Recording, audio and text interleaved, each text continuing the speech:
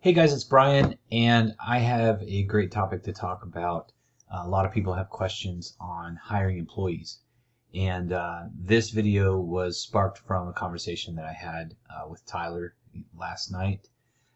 He is in the process of hiring a new employee because his employee quit, or he is quitting. He didn't quit like without notice, but he had some really valid questions that I wanted to kind of go over. Um, how to find a good employee, things that you're looking for, proper pay. And obviously that's just my opinion. You guys can pay what you want. But over the years, I've tried different methods for paying people. So I just wanted to go over this. So I use Indeed when I'm looking for a new employee. It's pretty affordable and you can get a lot of leads really quickly. I'll just show you my job posting that I use the same one over and over. You can pause it when you're done using it. But what I've done is just trash can cleaner, truck driver. That's basically it. Application method is through email, and these are all settings that you can set up when you post the job. But this is the part I wanted to talk about. So job description, this position involves cleaning trash cans with high pressure and hot water provided by our custom built truck, driving from customer to customer, performing a trash can cleaning service, working in all weather conditions. Must be energetic, as this is a very fast-paced and labor-intensive job. Clean driving record is required. You need to check with your insurance companies on this specifically. You need to make sure that you can insure other people on your policy, and you're going to have a commercial policy in order to do that. Should be well spoken with good communication skills, have experience driving trucks with attached trailers if you have a trailer, or driving big trucks if you have just the big truck. Pressure washing experience preferable, but not required, training available. You can follow instructions, maintain excellent communication, customer service, ability to maintain your route. Hours, full-time or part-time, I pay weekly. Job, I prefer military experienced candidates, so I say they're encouraged to apply. Fair chance job, good fit for applicants. This is all just settings inside of Indeed. So pay from $18 an hour. I start at $18 an hour, and then within 6 months, if that employee is doing a great job and they're still there with me, then I'll bump them to 19, and then from there on, I'll do an annual review with that employee. I won't do another dollar bump, but maybe 25 cents an hour to 50 cents an hour. You don't have to pay people a ton of money. This is what I was telling Tyler last night. He was paying his employee $24 an hour for the regular trash can route, and then when they had bulk jobs, he was paying them $60 an hour. Which to me is a little bit crazy because you're just giving your profits to your employee. And then what just happened to him, he thought this guy was going to stick around for a while and just gave his notice because he found another job that pays $2 an hour more and offered a 401k and benefits and everything else. And there's nothing wrong with people looking for different jobs to make more money and do better for their family. Don't be mad about that. But you have to set an expectation for yourself. The type of people that are going to take this job, cleaning trash cans and dealing with nastiness like that, are probably always going to be open to other opportunities when they fall in their lap. So be grateful that you have an employee, but always be ready that person is going to move on and do something else. Unless they own the business like you and me, there's not going to be like a long-term desire to clean trash cans, right? So pay people appropriately. You'll never find a quality person at minimum wage. In Arizona, minimum wage is just under $15 an hour. So I started $18 an hour, which is better than fast food. But it's not a career job by any means. Expected hours, 35 to 45 per week. And then shifts, you can put all that in, supplemental pay. So supplemental pay, bonus opportunities. We can take tips now because we moved over to Jobatory. So, my guy makes between $50 and $100 a week in just tips, which is really cool too. So that's the application. When you get people applying, then you'll start seeing applications here. You'll get emails. You can look at their resume. Excuse me. I wouldn't hire anybody that doesn't give you or supply you with a actual resume. You need somebody that's going to like put in the effort to apply for a job. A lot of people will just fill out applications on Indeed so they can show to the unemployment company that they're applying, and then they can collect benefits. Unfortunately, that's a loophole that people have figured out how to get money, at least for a little while. Just apply everywhere and never take a job and just collect their unemployment. So, but anyway, once you find a couple people that fit the bill, they're appropriate age, I typically try to hire people that are older than 25 and younger than 55. Just because, I interviewed somebody one time, he was 62 and he couldn't handle the lance. It was just too much pressure. It was knocking him over. And I was just afraid that there's no way he could do 50 stops in a day by himself. Same thing on the other end. Anybody under 25, the maturity level's not really there, in my opinion. And they may not have the work ethic that we require to do a really good job. They just might sling through all the cans, not really pay attention to their quality of work, and then you're dealing with customer complaints. So 25 to 55 is kind of the sweet spot. And then doesn't really matter their past work history or anything. Just get a copy of the people that you actually want to interview. Get a copy of their driver's license. Send that to your insurance company first, so they can check their driving record and see if they're even insurable. Because you don't want to interview somebody and take them on a ride and show them the business and do all of that time and then turn around and find out that you can't even insure them. So always check that first. Once they can get over that hurdle and they are insurable with your insurance, then you can set up an in-person interview and even a ride-along. I always do a ride-along with my potential employees. I want to take them out into the route and use the equipment, deal with smelly cans, and determine if this is really something they want to do.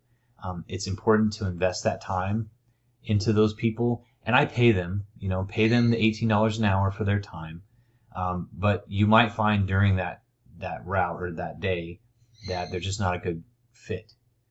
So it's better to find out during the interview that they're not a good fit than to hire them and have to let them go later.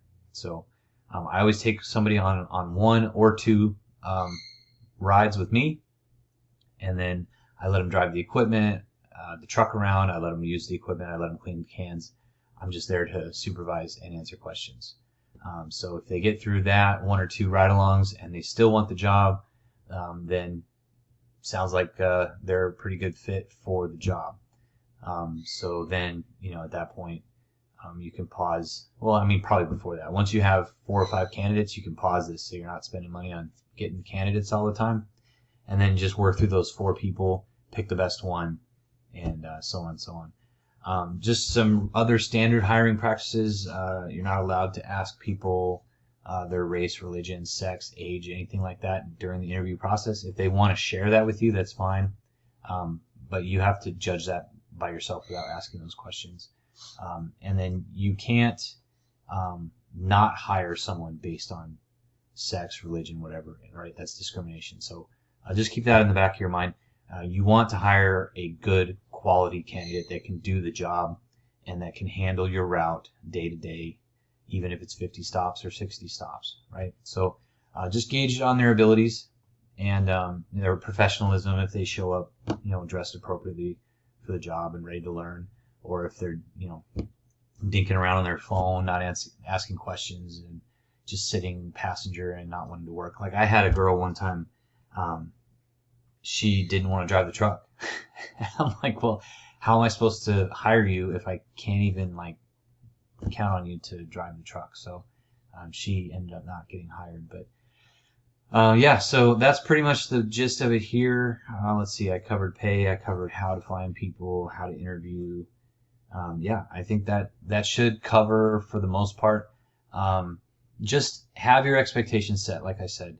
1.5 to 2 years is about the length that I get for an employee. It's not that they're not happy. They just start getting tired of cleaning trash cans after about a year, year and a half.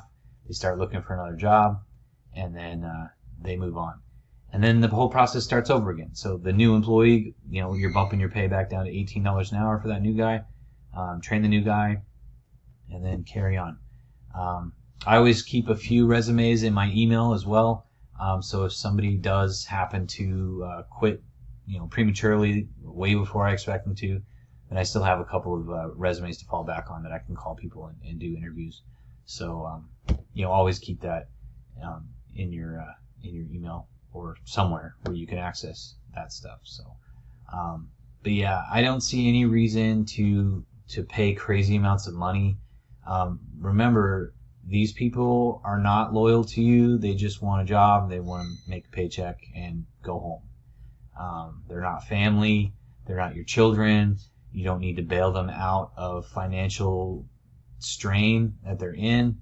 You're offering a job, and you need to base their pay off of what the business can support. $24 an hour to clean trash cans is just, it's absolutely insane to me. When you can find other people and other employees that'll probably do it for $18 to start, $19 after the 6-month probationary period. $19 an hour is pretty good. It's pretty good money. Other things in the past, I've tried paying, by the can. I was paying $3 a can for a while, and that was honestly more money for the employee than $18 an hour. But he couldn't see past the per can thing. He's like, "Oh, you pay shit. It's only $3 a can." But I'm like, "Well, yeah, but you're cleaning X amount of cans a week, and you're making really good money." He just couldn't see past that, so he quit. I've also tried paying 1099. So the difference between 1099 and W-2, real quick. W-2 is an hourly employee. You have to have workman's comp. You have to match their contributions as the employer to the Social Security and all that other stuff. So say their weekly contribution is $200. You also have to match that as a W-2 employer. So it costs more money to have a W-2 employee, but in this industry, that is the legal way to do this. You can't really do 1099 because you're providing the equipment. You're telling the employee when to show up and when to work. They're not a business owner. So you can't do contract work with somebody who doesn't have their own LLC and offering the service. So 1099 would be more appropriate. For example, if another local trash can cleaning company here needed my help because they couldn't handle their route, then they could hire me to help with their route. I would bring my own equipment and do my own cleanings, and then follow their route or whatever, and then they would pay me X amount of dollars to supplement their service. That would be an appropriate 1099. So if you are hiring people, you need to do the W-2. I know as a small business it's tough to do W-2 and have workman's comp and all that other stuff.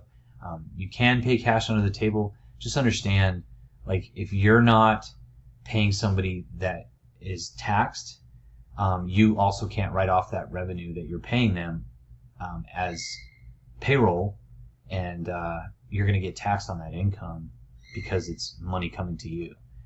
So it's way better to do W-2 because then you can write off that payroll amount.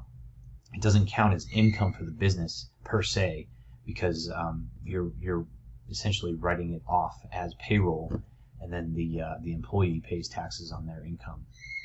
So instead of saying your business makes $100,000 a year, now it makes $70,000 a year because you had an employee. So just stuff to think about. Talk to your CPA for sure. I am not a CPA. I don't give financial advice like that. If you have specific questions about taxes, talk to your CPA, not me. But that's kind of how I understand how everything works. I would much rather be able to lower the amount of money that I'm taxed on for my business income because I have employees and costs and fuel and everything else. Like, I itemize all of that. So just keep that in mind. So that's all I have for employees. If you have any questions, feel free to hit me up. And other than that, have a great day. Catch you guys later.